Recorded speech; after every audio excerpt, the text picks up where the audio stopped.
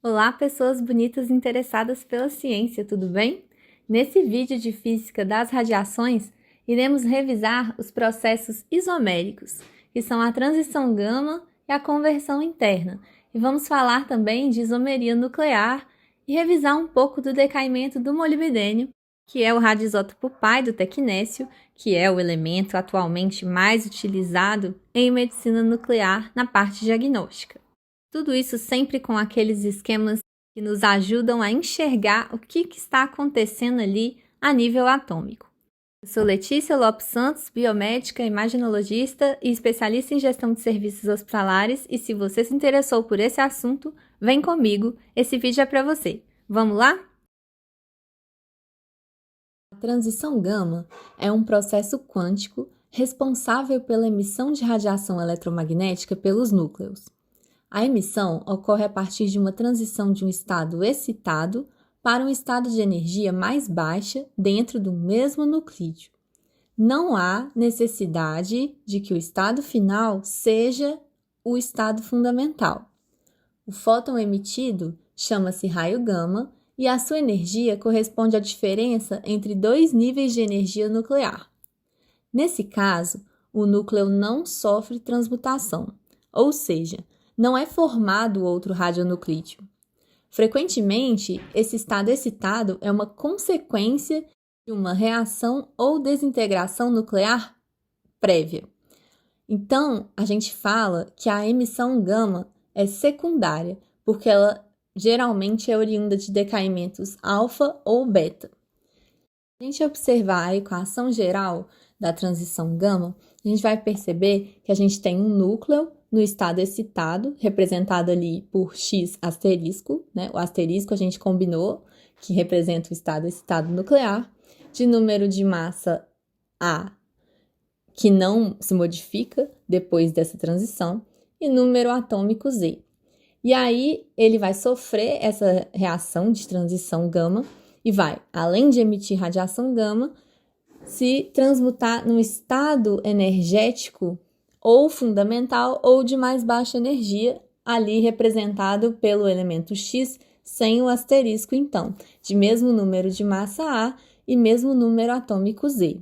Como exemplo de aplicação médica desse tipo de transição isomérica, a gente tem o radioisótopo mais utilizado no diagnóstico de diversas doenças crônicas não transmissíveis em medicina nuclear, que é o tecnécio. Ele sofre transição gama, alcançando um estado de mais baixa energia e passando então de tecnécio 99 metastável para tecnécio 99. Mas vamos entender melhor, em maiores detalhes, esse tal estado excitado chamado metastável?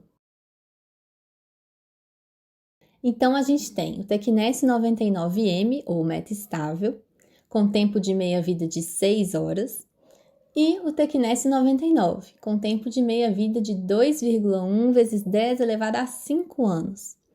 Esses dois são isômeros nucleares. São nuclídeos que se diferenciam apenas pelo seu conteúdo energético. Um estado nuclear excitado ocasiona uma mudança de spin e uma liberação extra de energia, geralmente através da emissão gama.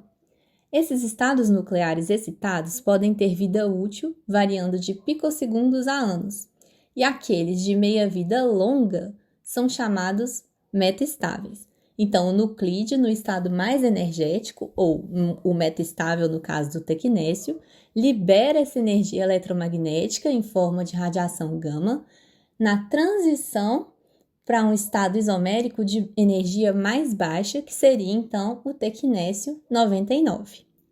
Assim, esses isômeros nucleares possuem energias e tempos de meia-vida diferentes.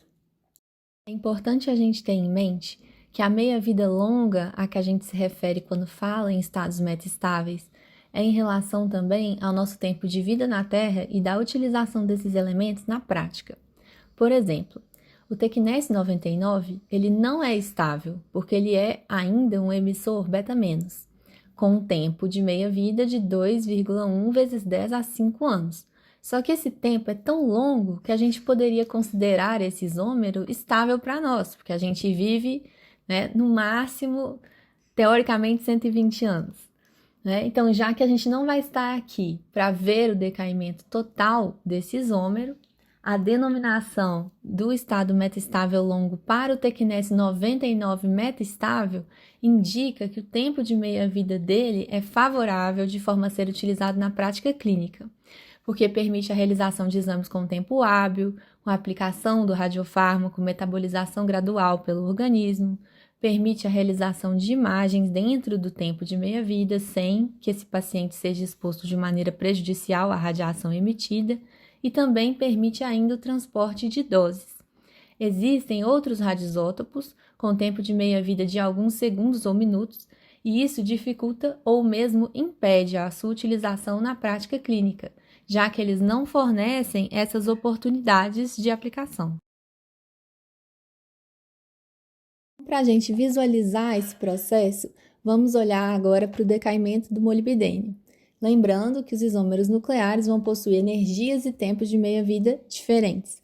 Então, o molibdênio, de número atômico 42, ele tem tempo de meia-vida de 66 horas e passa por um decaimento beta-, onde um nêutron transmuta-se num próton, liberando um elétron, que é o négatron, né? Um elétron de origem nuclear de carga negativa, mais um antineutrino.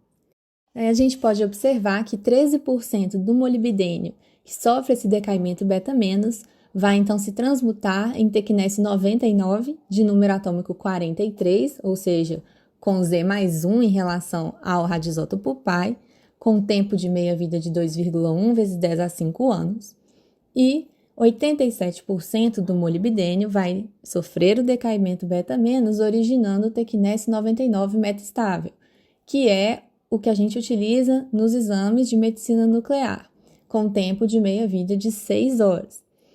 Esse TQNS 99 metastável, que também tem o número atômico 43, assim como o TQNS 99, ou seja, eles são isômeros, esse TQNS 99 metastável vai passar, então, pelo processo de transição gama, onde ele vai liberar a sua energia 100% através da emissão de radiação gama, partindo, então, do seu estado mais energético e metastável para um estado de menor energia. E aí, originando, então, o TQNS 99, que é um beta- emissor, assim como o radioisótopo π, que era o molibdênio, e que vai sofrer, então, o decaimento beta-, transmutando-se, então, em rutênio, que é estável. Então, vamos ver, então, essa reação desde lá do molibdênio, como a gente já viu no diagrama de energia. Bom, então a gente tem o radioisótopo π, o molibdênio 99, de número atômico 42. Ele se encontra, então, instável, e aí ele vai sofrer um decaimento beta-, emitindo, então, uma partícula beta, um elétron de origem nuclear de carga negativa e um antineutrino, e também transmutando-se em um radioisótopo filho excitado, que é o TQNS 99 metastável, de número atômico 43, ou seja, Z mais 1, em relação ao radioisótopo π. E esse TQNS, então, ele ainda está com excesso de energia. Ele emite esse excesso de energia através da emissão de radiação gama, sofrendo, então, o processo de transição para TQNS 99, que é o radioisótopo de menor energia. Vamos falar, então, sobre conversão interna, que também é um processo isomérico, ou seja, ocorre entre nuclídeos com o mesmo número de massa A, mesmo número atômico Z, diferindo, então, apenas quanto aos estados energéticos. Esse processo compete com a emissão gama. Mas então, o que acontece de fato na conversão interna? O radioisótopo π transfere a energia de excitação do núcleo para um elétron orbital, de preferência o elétron da camada K, que está mais próximo ao núcleo. Ao mesmo tempo, ele transmuta-se em um radioisótopo filho em um neutrino, por exemplo. Esse elétron é então ejetado da camada, desde que a energia de excitação seja maior do que a energia de ligação do elétron. O elétron ejetado é chamado de elétron de conversão e carrega a energia cinética igual à energia de excitação menos a energia de ligação do elétron à camada. Mesmo que os elétrons da camada K sejam mais propensos a serem ejetados devido à proximidade com o núcleo, os elétrons da camada L ou camada M também podem ser ejetados pelo processo de conversão interno. A grande diferença desse processo de conversão interna para a dinâmica de emissão de elétrons Auger é que na conversão interna a energia em excesso é transferida diretamente do núcleo para o elétron que é ejetado e não da eletrosfera para um elétron mais externo, como é no caso dos elétrons Auger. Um exemplo da aplicação médica desse processo de conversão interna é o decaimento do estanho 117 metastável, que é utilizado na medicina nuclear para terapia de pacientes com metástase óssea. Nesse processo também, após a ejeção do elétron, acontece aquela outra continuidade que a gente vê no decaimento por captura eletrônica. Vai haver uma vacância, que é representada por essa ejeção do elétron da camada K, no caso aqui do exemplo, e aí um outro elétron mais externo vem para suprir esse lugar que foi deixado pelo elétron anterior. E aí, com isso, há a emissão de raio-x característico. E assim sucessivamente. Bom, gente, eu espero que tenha dado para entender todos os processos de decaimento. Espero que esse vídeo ajude de alguma forma. Nos vemos no próximo vídeo. Até breve!